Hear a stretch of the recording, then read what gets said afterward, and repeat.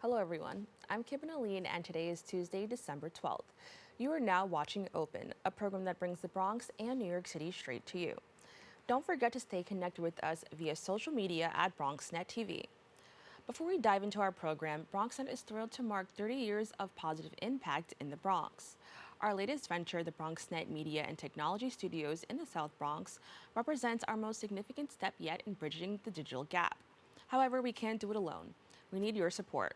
Your contribution ensures access to cutting edge studios, top quality equipment, and professional development opportunities for individuals of all ages in the Bronx. Join us in shaping a brighter future in technology and media. Let's work together to make the Bronx a better place for everyone. Donate today at bronxnet.org/donate donate and let's create a lasting impact together. New York has recently passed the right to repair law that allows consumers to take their electronic devices to any repair shop of their choice. Previously, consumers had to rely on major outlets such as Apple or Best Buy for repairs.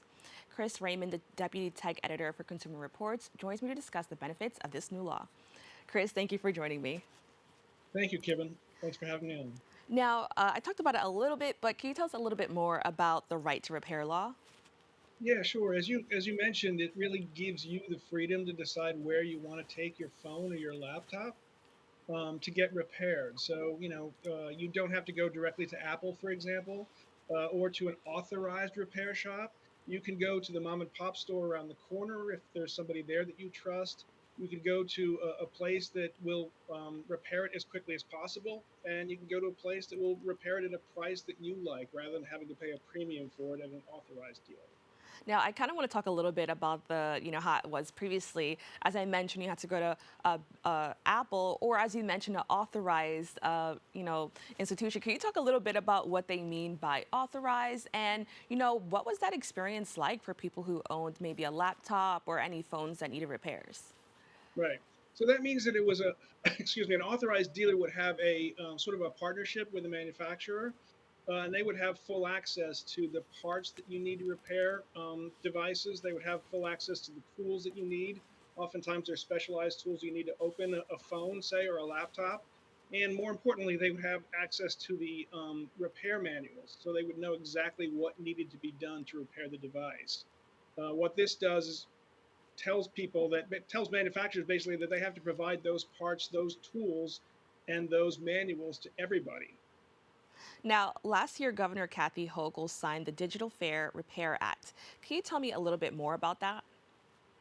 Sure. So that law goes into effect on December 28th. And basically, all it says is that if you are a manufacturer who sells your products in the state of New York, you have to provide those tools, those parts, and those manuals to everybody in the state, anybody who requests them. And that opens the door for shops all across the state to enter the business of repairing your devices.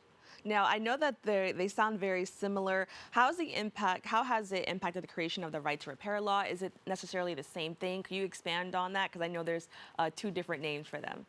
Yeah, it's part of the like right to repair movement here in the country, and so people, advocates, including advocates from Consumer Reports, have been pushing for a long time for legislation like this. And it really it varies from just electronic products, but also appliances and farming equipment. So it's quite broad, actually, the rights they're looking for. But this law is the first on the books from a state. And as I said, it's this one is primarily confined to electronic goods sold in stores. So we're talking about phones and laptops, tablets, that sort of thing. Now, since you mentioned, the products that are covered, can you talk about, maybe what devices aren't covered and why? Sure. So large appliances like refrigerators, excuse me, and dishwashers are not covered. Medical devices are not covered, and that farm equipment is not covered at this point.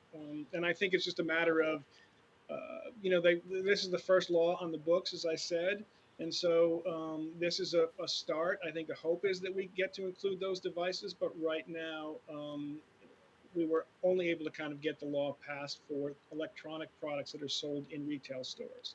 Now, as you mentioned, this is the first of its kind, and I'm curious to know as I'm, having this discussion, what kind of sparked the movement to kind of have this available? Was there something that possibly happened prior? What inspired people to say like this is something that should be out for the average consumer?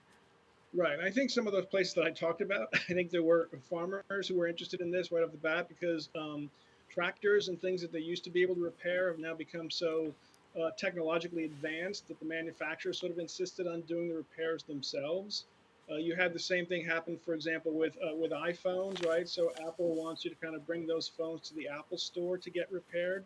Then they did develop partnerships with, say, the Geek Squad at Best Buy, and what you get is premium parts, right? They end up being officially approved by Apple and the tools, like I said, but with those also come premium prices. And I think people, consumers in particular, were tired of saying, look, I paid in full for this device, so I should get to decide where that device gets repaired and at what price I could get. I should be able to go out and get the best price for that.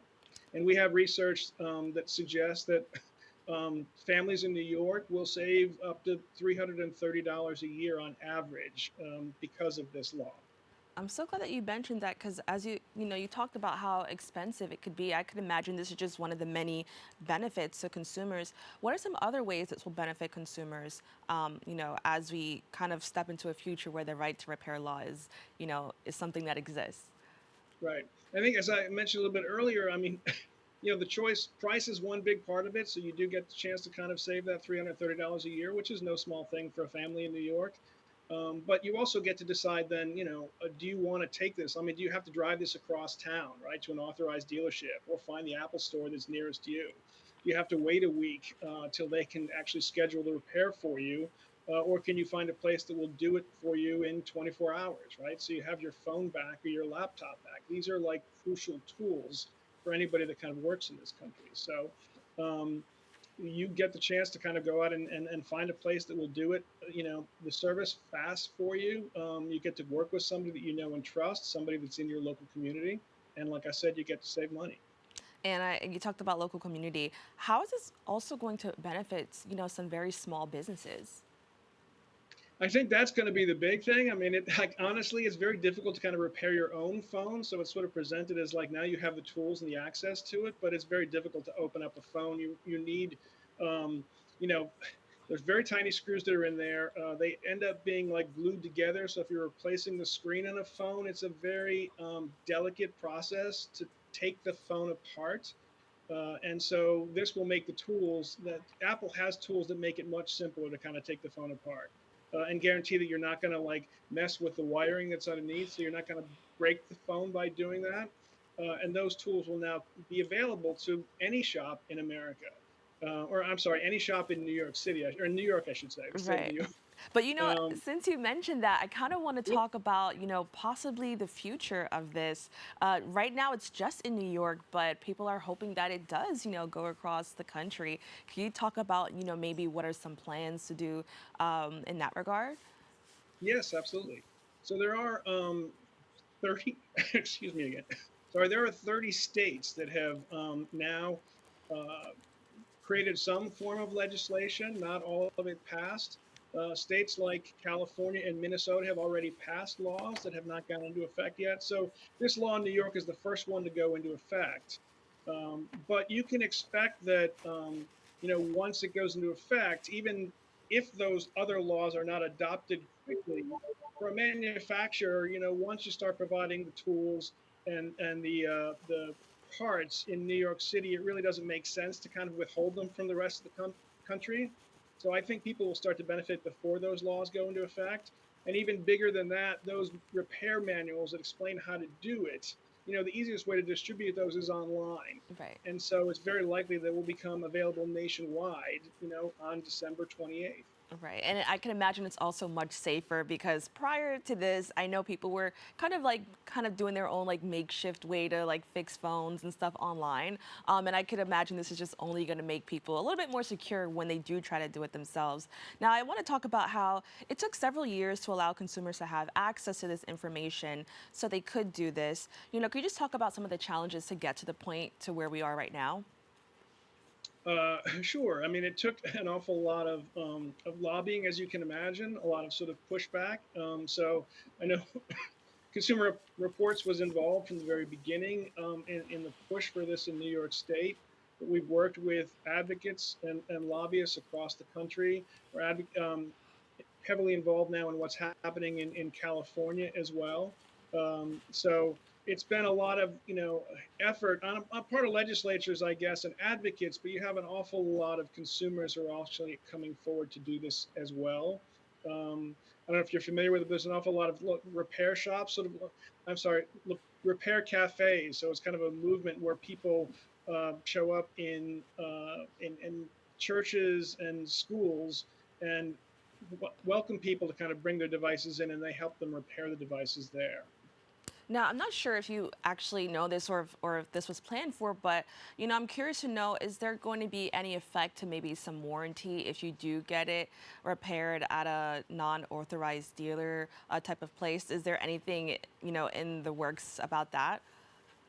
Yeah, I think it's one of those things that we're going to have to reevaluate a little bit. We generally don't recommend that people get the extended warranty, and that's because we have survey results from consumers every year that tell us how often they have to take their smartphones, for example, or laptops in for repairs and what they pay for those repairs. And we've generally seen that it's not worth paying for that extended warranty.